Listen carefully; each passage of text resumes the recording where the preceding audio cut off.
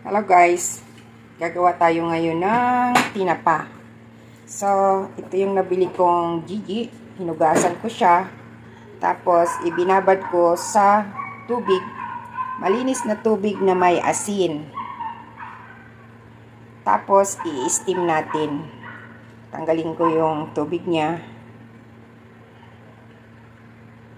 Para matanggal yung water niya. More than 2 hours na po yung pagkakasok niya sa clean water.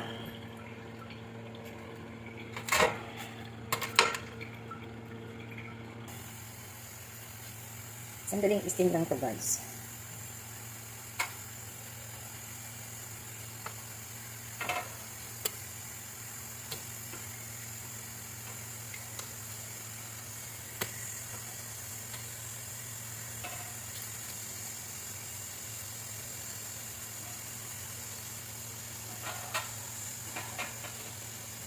So, ayan guys. So, ayan na guys, na-steam na natin siya ng 7 minutes. Pinapalamig ko ng konti. So, dito ay naglagay ako ng foil. Then sugar. Then lalagyan natin ng any kind of tea leaves.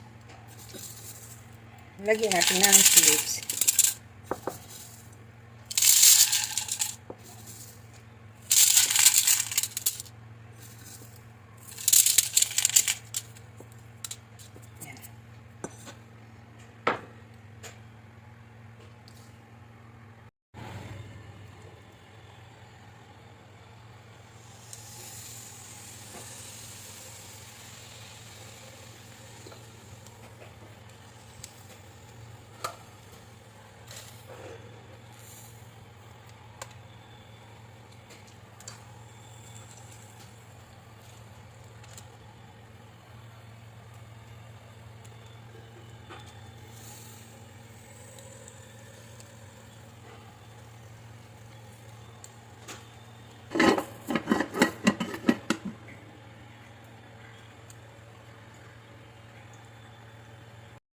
So, yan, nakita nyo guys, nakulog na siya.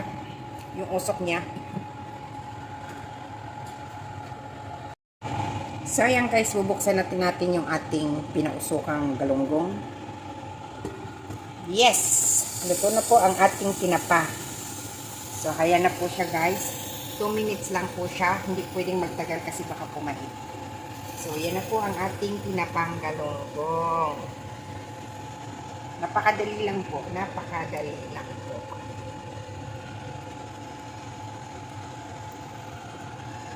Bye guys!